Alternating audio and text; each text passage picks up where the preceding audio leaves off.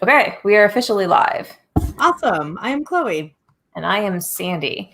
And this is WordStitch. WordStitch. Yeah. So I'm on my desktop computer today, which is always a little tiny bit slower. But I thought I should do this in case I needed a backup because there is actually a hurricane headed towards me. Yes. I don't know if that's actually rational, but It's fair. Rational. Yeah. It is in the sense that no, it's not. It's weird. I do it too. And then the only thing that happens is that I'm like, why is my internet not working? My computer's working. Why is my internet working? Oh my God. It's because there's no power in the house. My computer just has a battery in it. Yeah, as I'm saying that, I will absolutely fight it to the death. No, you must have internet. Of course it doesn't have internet. Yes, and if my internet goes out on this computer, it goes out on my other computer. So even if the other one's a laptop, I'm still in trouble. But The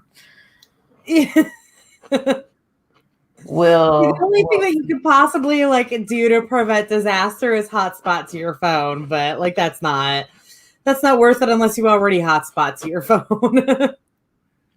I don't see myself trying to make that happen. I don't know. So Chloe, what are you working on today? I don't know.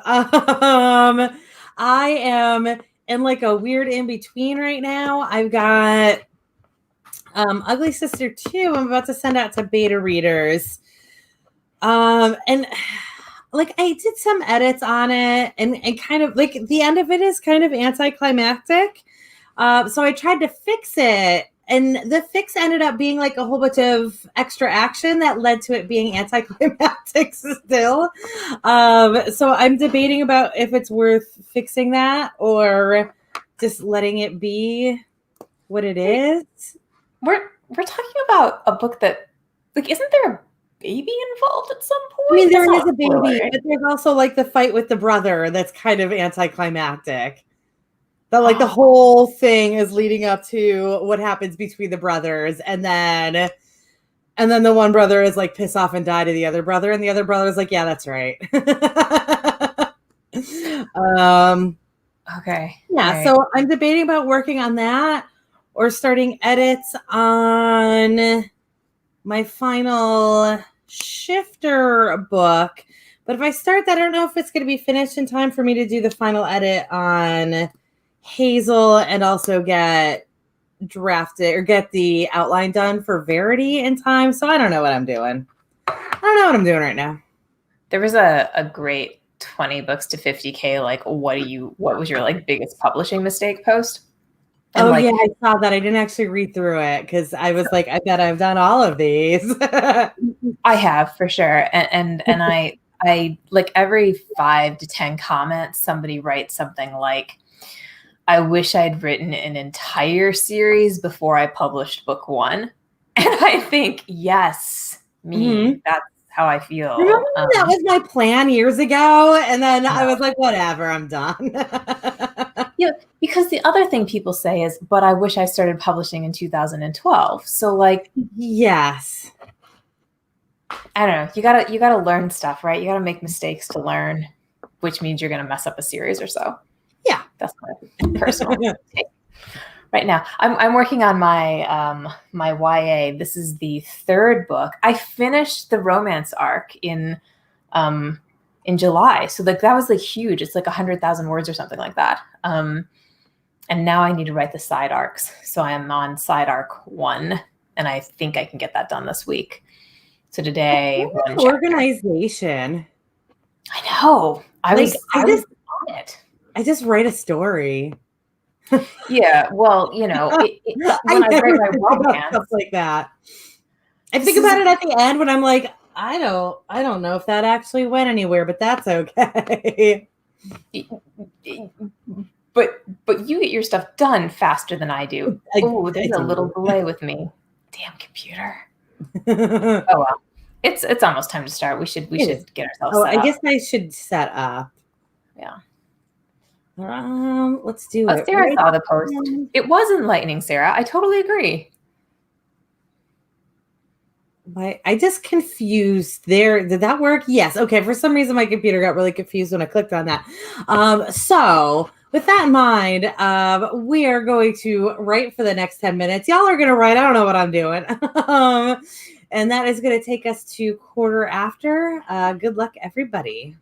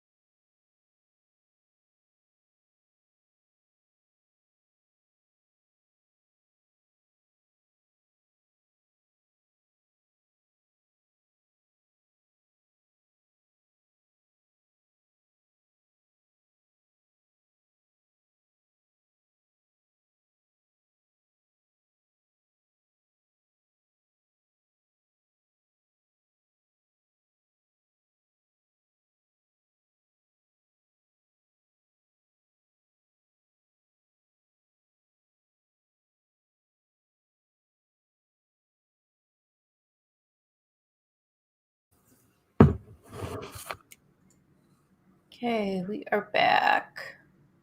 Hey. And we have new people. Hey, Nikki, and hey, Chloe. Well, welcome. Yes, welcome. I always forget to greet everybody. So, like, I'm sorry to everybody that I've never greeted before. I really do appreciate you being here. I'm just not good at things. That is not true. That is untrue. But okay, in fairness, we're always a little more focused on like whatever our writing stuff is. So we're like really happy to have people here. And then it's like a little bit of a surprise too. Like, Yeah. oh, there's somebody who joined us. Yes. And we hit 100 subscribers today, which was something that like we've never. Like obviously you want to have a good channel, and like we have people in like the author tubers group who have like tens of thousands of subscribers. So this is small potatoes, but it was still a neat little thing to find out today that we had just hit 100. Yeah, right. We get to have we get to have a channel name or something now, right? Like we get to have our own URL or something. We no longer have to have like a secret code URL. I believe so. It would have. Wow. I feel like it would have said something in the email, but I haven't read the email yet. we should hook ourselves up with that. That's a whole thing. I think we're trying to be entrepreneurs. Like we are both self-published. We are trying to like do this on our own, and like I don't read emails. No, okay, but look, like you come to a word sprint because you really need to get work done, right? Like, so this is essentially a community of other entrepreneurs, and we assume that if you are here with us, you're kind of a creative entrepreneur too. So this is like workspace. It's okay if we're not on the marketing side of this part. I think that's how I justify it. So Herb got 227 words that sprint. You said, how did I do, right? And I don't know, but I think I probably got about 300 words because my scene was about that much shorter when I started. I wasn't tracking. Awesome. Yeah. What about you? So I read the scene before that bust ass scene that's not working right. And then like I got distracted because like my focus has been real bad lately. And to show how bad my focus has been lately, I noticed that like literally 2 inches from my teacup, I have this jar of Mod Podge sitting here. I don't know why I have this jar. I don't know why it's on my desk. Also, it is sealed. It is a brand new jar of Mod Podge. Possibilities. That like I am not. It's important to know that I am not scatterbrained. I tend to remember everything. Brain like a steel trap.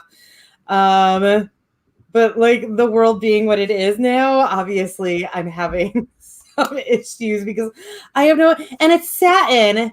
I don't normally use satin Mod Podge. Like most things that I have had to use Mod Podge for, I get gloss. Wow. Yeah. I think Mod Podge is like one of the best inventions ever. I don't use it very often because I think it is special, but like, yeah. That's so now, so are you gonna write or are you gonna Mod Podge? I have no idea why I have that Mod Podge. You should come up with something. I'm not going to be Mod Podging, but I am going to be like really distracted about why. And like, I don't even know. It must have been sitting here for a few months, like right there. I'm a bit of a hoarder and also, like when I dust, I literally like lift everything and put it right back down where it was before.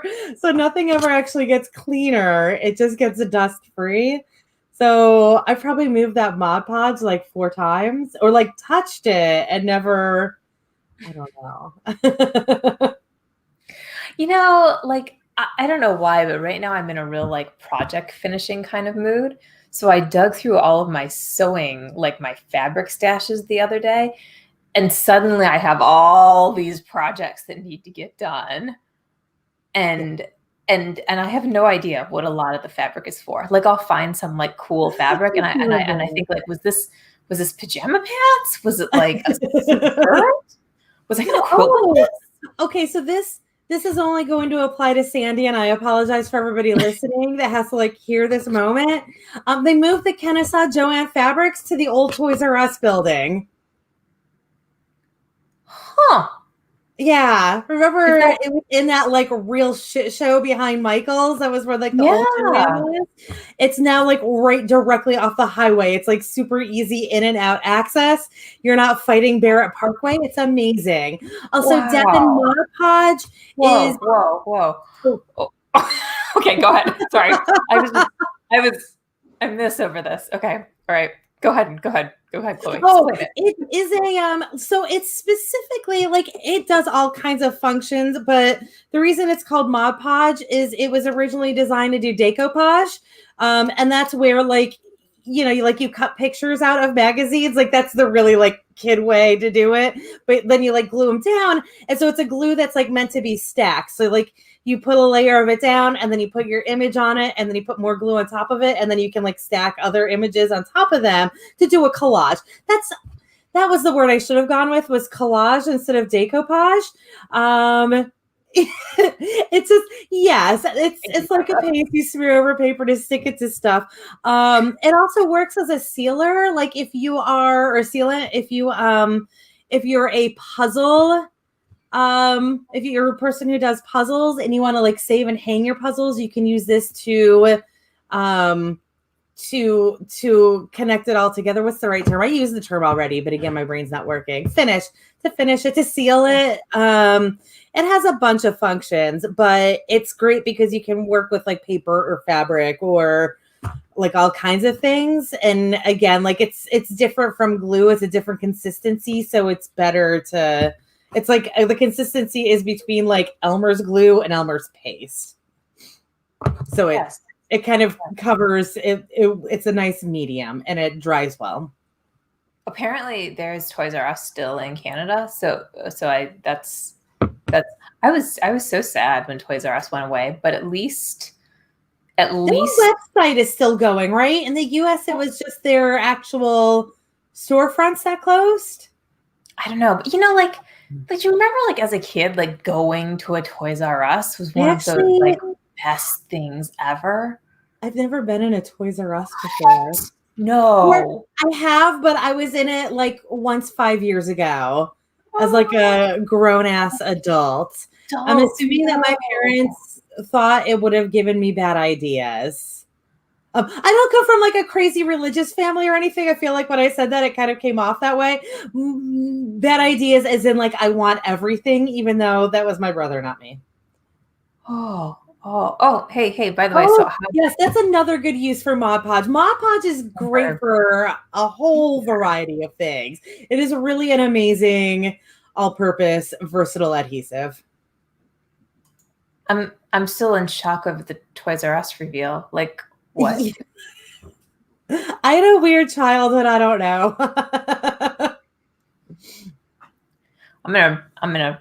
You have suddenly just inspired me. I feel like I need to write an entire middle grade series about like a toy store.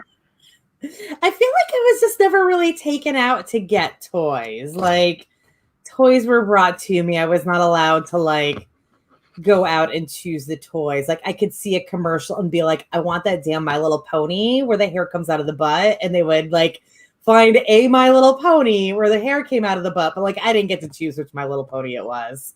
I mean, I don't think we were like at Toys R Us a lot. I think it was like a super special treat. Yeah.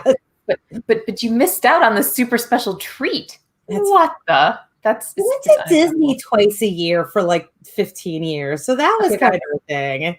That's my entire extended family is in Orlando, in case you think that we were like rolling in money and I was like spoiled brat or whatever. It's not. It's just that my entire extended family was in Orlando and it was the 80s, so Disney was a lot cheaper. Okay, I will add to that. I also had family right by Orlando, and we were in Florida like twice a year, but not at Disney World. Oh no, So, we so are that you got us on. Disney. All right. Shall we start writing again, folks? Yes. Yeah, we are ready for 25 minutes. It is 25 after now, so we are going to be rating until 10 of. Good luck, everybody.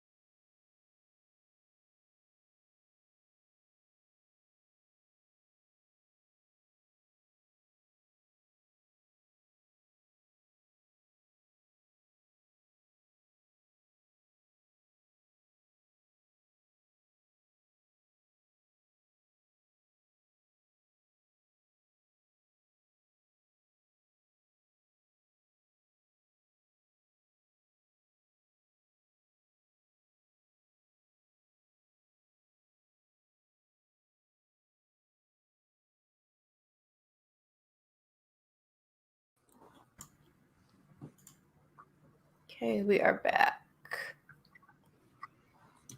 Ooh. What did you do? So maybe 400 words. Okay. It's not too shabby. I wanted more for that. But you got words, and that's Got the words. You got words. Yeah. Yes. Yes, you're right. What about you? Did you find a use for your Mod Podge? So it's sealed, so I'm not going to open it, but there was a little bit dripping off the side, which I have now stuck to my nail because I do weird things. So it's like a little, like when they sealed it, a little bit had gotten out, and I peeled it off, and I'm like, oh, it sticks to my nail. This is fun. I don't know. I understand why those kids have that thing with like putting glue on their hands and peeling it off. Like I am that kid still. Yeah. Nice. Yeah. So you have not picked a project though. I read that scene again, that horrifically anticlimactic scene, and I added some more to it, and I still think it is anticlimactic, and there's nothing I can do short of like killing a doctor. But I'm not going to kill any of the doctors because that's not the type of book this is. So it's just going to be an anticlimactic climax. Maybe you could just like knock one of them out or something. Well, one of the doctors did slice the Achilles tendon of one of the bad guards. So there has been bloodshed in it.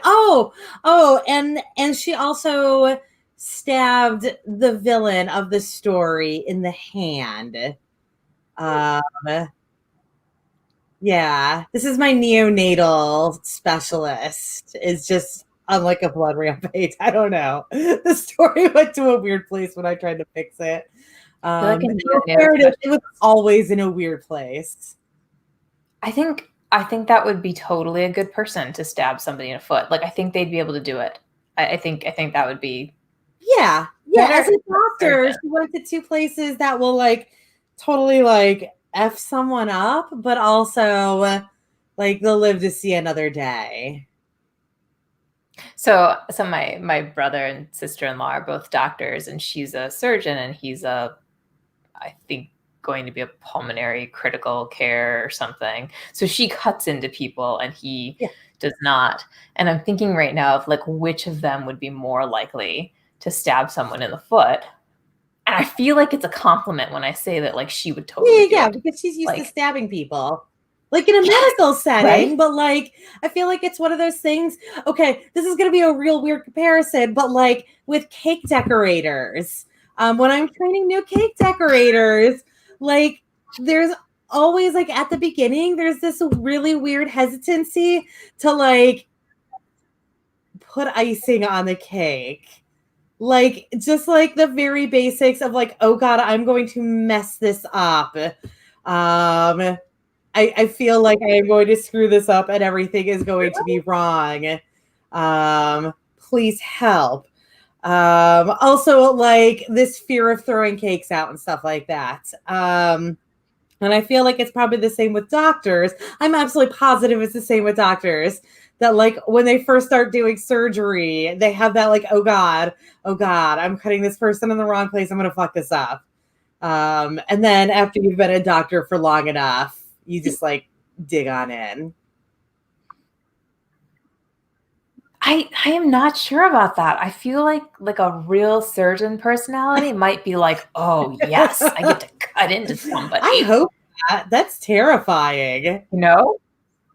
Yeah, I hope so. I hope those people are like all into it. I want every surgeon I ever have to deal with to be so obsessed with their surgeries that like it's all they can think about, you know? Like I want them to like see somebody come in with an injury and be like, because they've been doing it for like 10 years. So they have gotten over the I'm going to hurt this person. I see. You're concerned about their like humanity and ability to empathize, and I am only concerned about their ability to do skillful work. Sandy and I are two different people. Well, neither of us are surgeons, so neither of us would do this.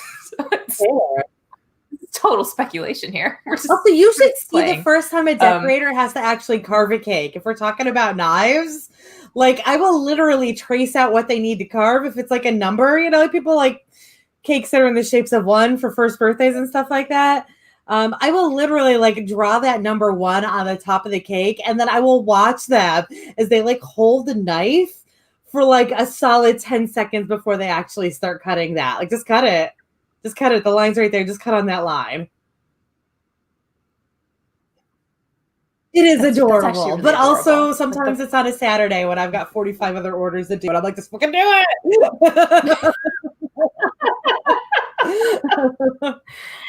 Yeah. Okay. I get it. I get it. You can't be wussy when it comes to cutting cakes. Yeah. You just do it. We should talk about something writing related during some of these breaks. That's fair. We went from medicine, something that we're both experts on because we're on Facebook. Sorry, I've been having issues with people lately. The hydroxychloroquine has come back, and writing stuff. Yeah, but so I think the ad course kind of like was so intense for a while. We were like so into it, and now I feel like I'm just back to regular writing, and so my brain is no longer on learning things. It's just on doing things. I've been getting these emails on like additional enrichment things. I've sent you some and you've sent me some, and every time I'm like, I'm gonna watch this, and then do you other time? Yes, I did. I did my like yesterday, I went through all my ads and all my spends and all my sales to see how I done in July, like overall. It was somewhat depressing. I think I made $6 in profit, but $6 in profit is still even. Right? Like I'm feeling okay about my $6. It could be worse. Could be worse. It could be. I've had months where I've lost significantly more money than that. Fair. So, oh, was that lightning? I have no idea what that was. I heard it. Whatever it was, I heard it. There's a hurricane coming my way. Did I mention that? Yes, there is. Yeah, I don't know what that was, but it sounded bad. Huh. It's weird. It looks totally fine outside. When it came through here a couple hours ago, we had quite a bit of lightning. So it was probably lightning. Or what's weird is thunder. It's not even like raining right now, and I don't see like it's not dark enough for thunder and lightning. But yeah, I got something weird just happened. It sounded like a truck like flying through the neighborhood. So obviously I'm a fiction writer because I'm making that up in my head, right? There's no trucks flying through our neighborhood. Right. Probably it was just a loud car, but could have been. I heard it though. I heard it on the speaker. I picked up. That was pretty good. Maybe next week we should talk about things like our goals for the rest of the year or something, because we're kind of headed into like, like we're sort of headed into like the last chunk of the year. I feel like we've got like a last stretch. Yeah. And I'm in this weird situation where like I've got all these things that I'm planning to get out by the end of the year, but also I haven't been able to get anything done in like 4 days. I did binge Motherland, and now I am finishing up 13 Reasons Why, which has gone from jumping many sharks to like getting tangled into the jaw of a shark, I think. Nice. I like that. Like the shark, I think, is finally eating 13 Reasons Why. That's funny. No, I've had the realization that it's August. It's August. It's like it is summer. Like there are children not going back to school, but theoretically schooling again. It's already started in Cobb County. Today was the first day. Turkey County, excuse me. I don't know what's going on. So like once August is over, then it's the fall, and then we're at like that's it. That's the end of the year. Like we're now into like holiday season and craziness. So we all need to like it. Holiday season. Yeah. All right, so let's be productive now and get our 30 minutes in. Yes, we are going to work for the next 30 minutes. Please get work done. Don't be me. Get work done. We will see you guys at half past.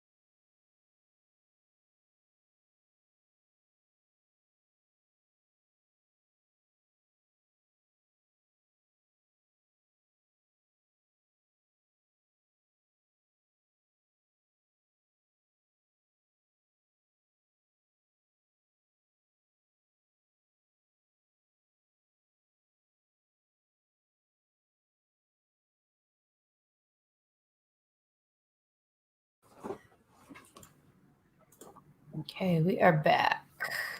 Yes. I think I might be able to finish that chapter in the next like few minutes. That is awesome. Yeah, I'm pleased Yeah. with that. What about you? I did a little bit of formatting, so that was actually valuable.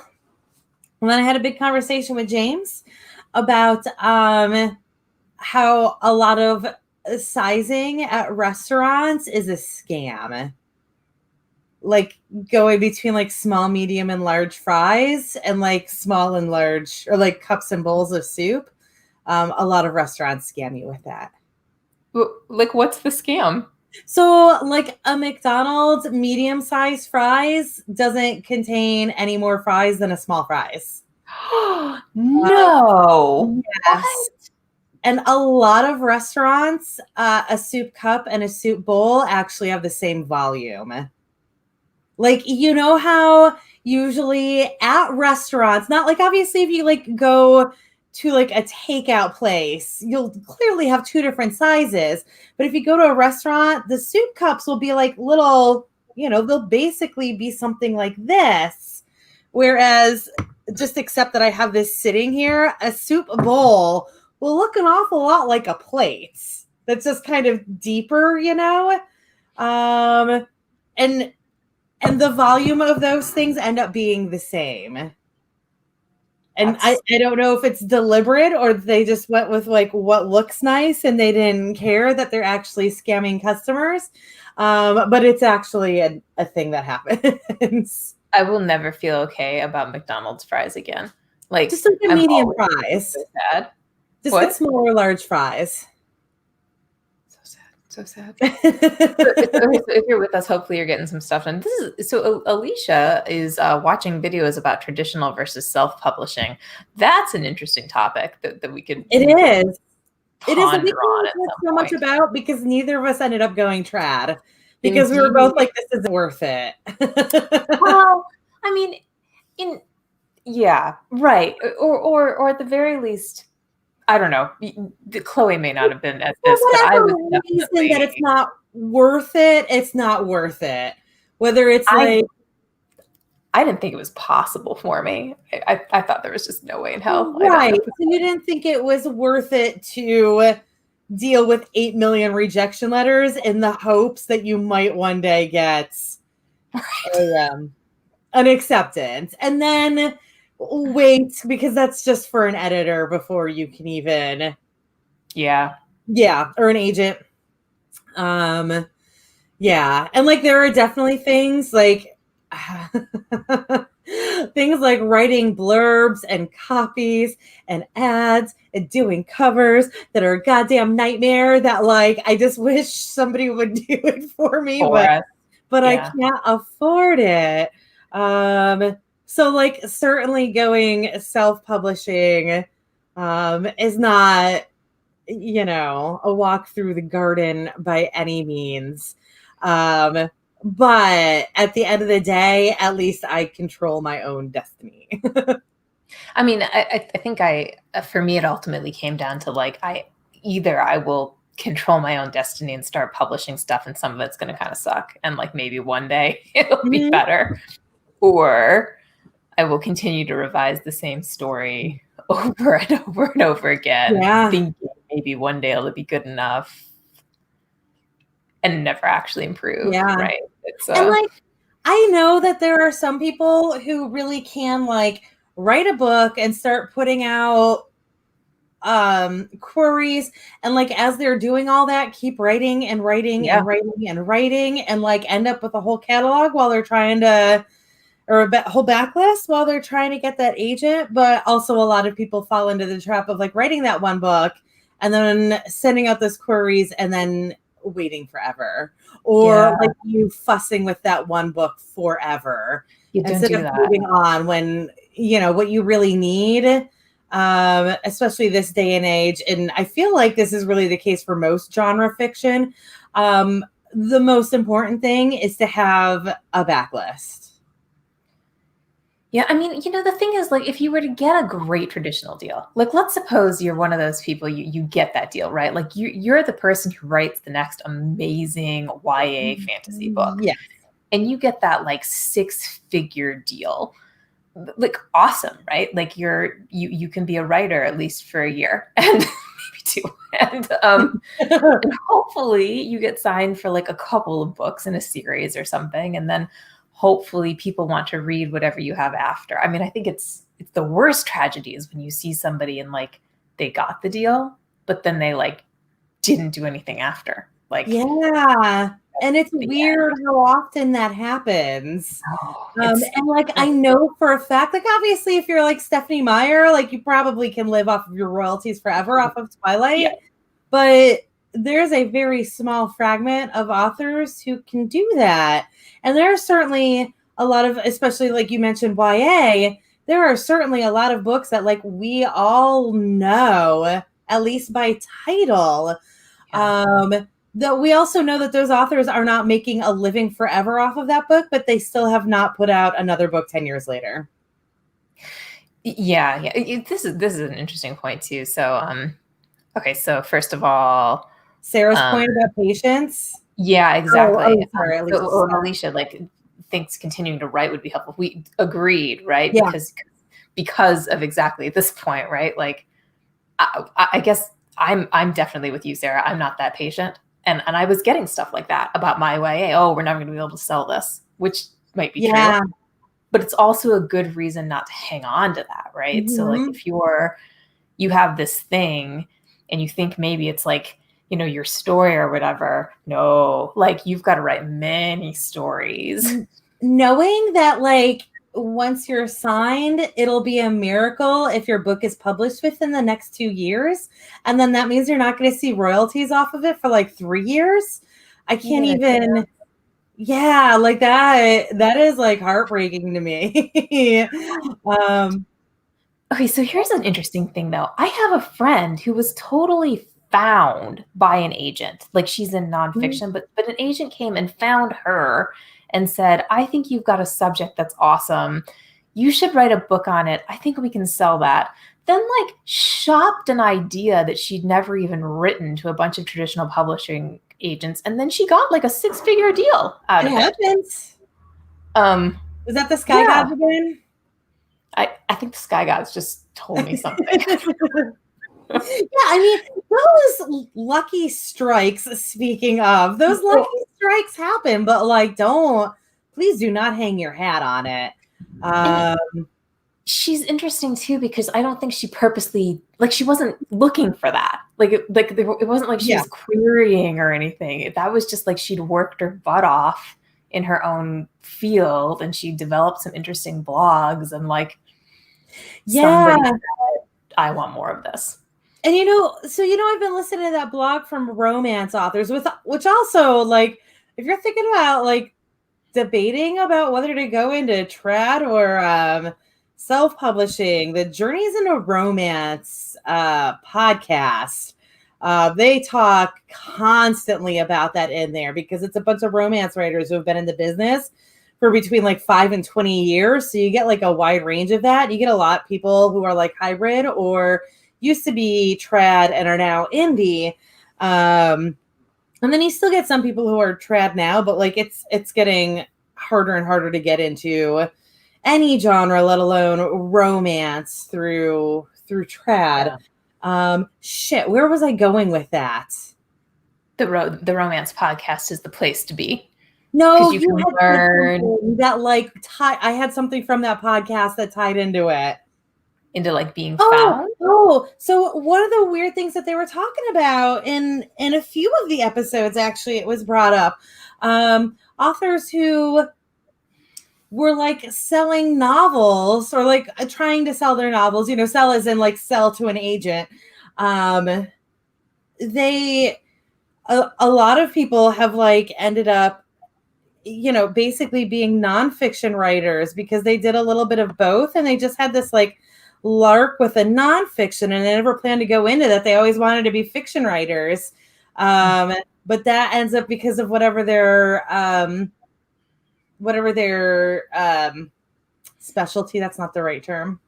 But whatever their specialty is, I don't know why I'm blanking on that. But that ended up being like something that was like a hot market in nonfiction.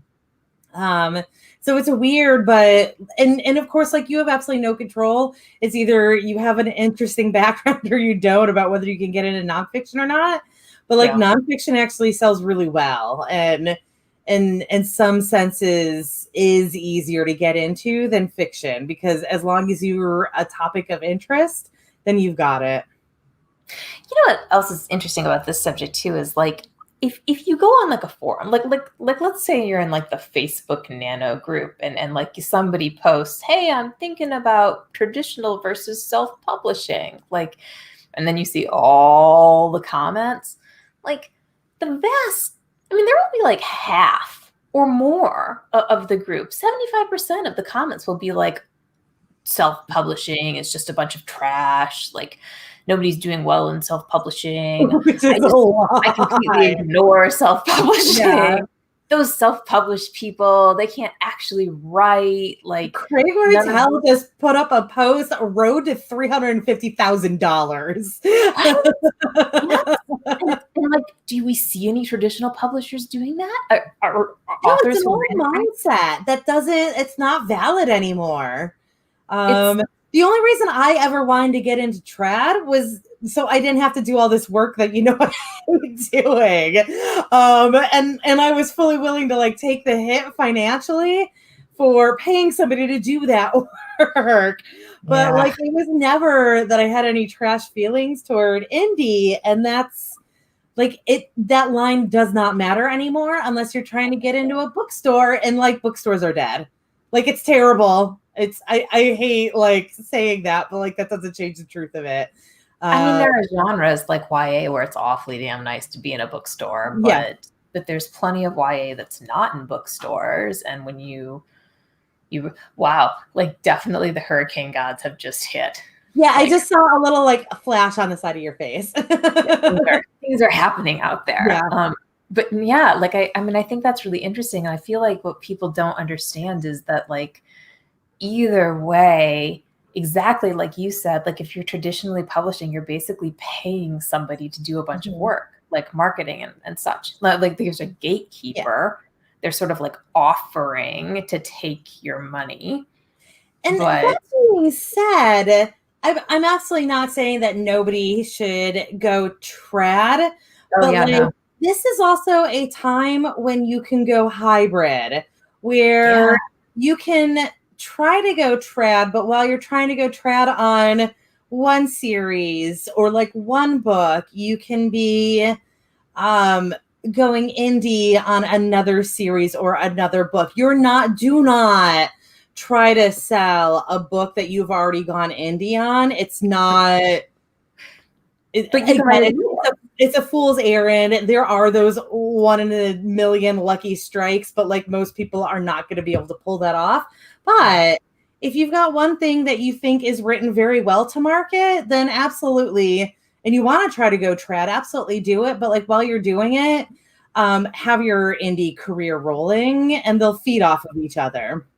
Because why not, right? Like why not go for it? And use your indie career, develop an audience, get a fan base, and maybe the agents will want you more from when you write like that. Or maybe you'll realize after a few years of going indie while you're trying to go trad that all you really needed all along was a virtual assistant. Yeah. Or like a really good ad course. Yeah. Or as I've learned from again, this podcast, a loved one who is in need of a job and is naturally good at this sort of thing. Why don't we all have that? Right. I was listening. So this podcast, it's Jess Michaels. It's again, it's all romance, but it was Jess Michaels. It's her podcast. She was interviewing Nalini Singh on the episode that I was listening to today. And Jess Michaels, her business manager is her husband. And Nalini Singh's personal assistant is her sister. And I'm like, I hate both of you for having this. Oh, right. Like, why don't I have this? My husband will never be this person ever. Like, if I were making zillions of dollars, he'd still be like, yeah, honey, I got to go to work. That little hobby of yours is doing good. All right. We should get writing before. I just realized I haven't even put the timer. Okay, this is our final plan. After we went off on that little tangent, that was writing related though, and that's like better than the rest of our shows. Totally better. Thanks for inspiring us. 46 after. So we will see you guys at 4F. Hopefully Sandy will still be in Raleigh and not in Oz.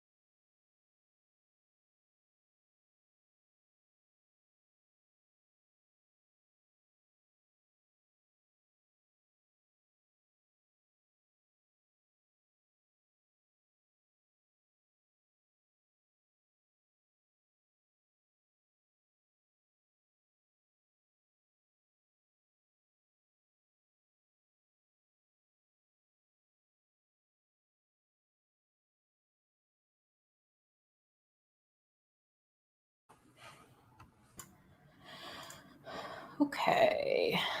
We're back. Sandy, I can't believe I gave you a beta draft that didn't even have page breaks between chapters. But the chapters were obvious. I mean, they were labeled, right? Yeah, but I'm going through this like, what the hell was going through my brain when I sent this to her? You were fine. Here, you're just not getting any breaks in this, whatever. I don't think that's important in those, right? Like, I know it's not formatted, so it didn't really matter to me if it was, I like feel like there should be the bare minimum of formatting, which is breaks between chapters. it didn't. That's just you. Are you working on that now? Did you open that up? Obviously. I just got that's what I've been working on. Oh, I'm talking about Ugly Sister. Oh. Yeah, Hazel had breaks between chapters. Like whatever you did was not that. No, we're going way back here. That was a long time ago. That was like a year ago now, I think. It was a while. Yeah. But that story was, I mean, that whole story is, let's say, chaotic a little, right? So like, I don't think it matters if there are chapter breaks. Okay, well, there's going to be chapter breaks for anybody who like reads it other than you. It will be great. It'll be wonderful. Your people will want it. They will want the sequel. And speaking of, in our footer, is my Book Sprout link. If you are interested in being an ARC reader for this book, this is my weirdo erotic romance, though. It's going to be available on the 8th, as will the prequel to it. And then I also have like the next book in my Demon series that's going to be going on my Book Sprout after that. So if you've ever been curious about what I write, and you also leave reviews, feel free to get some free copies of my stuff. Right now, I've got my first book in my Shifter series available until the 8th. I'm just kind of going in a rotation because I got to get all 3 of these books up there. My lights are doing such weird things. You guys should all go check this stuff out, especially the demon one. The demons are my favorite for sure. That will be at the end of the month is when that will go into ARC readers. Very, very exciting. Yes.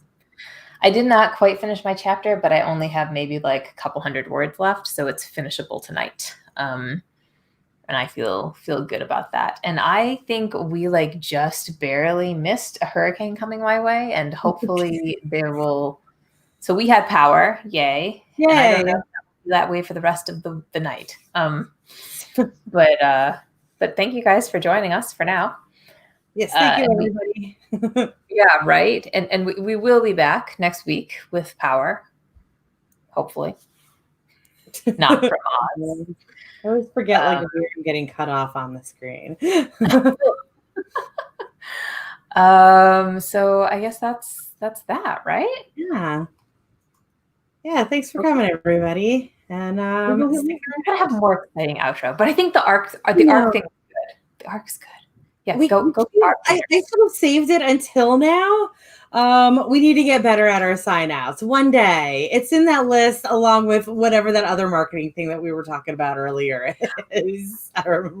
All right, guys. We're both like that thing could piss off and die, whatever. We really appreciate you all being here. Thank you so much. We will see you next week. All right. Everybody. Bye, y'all.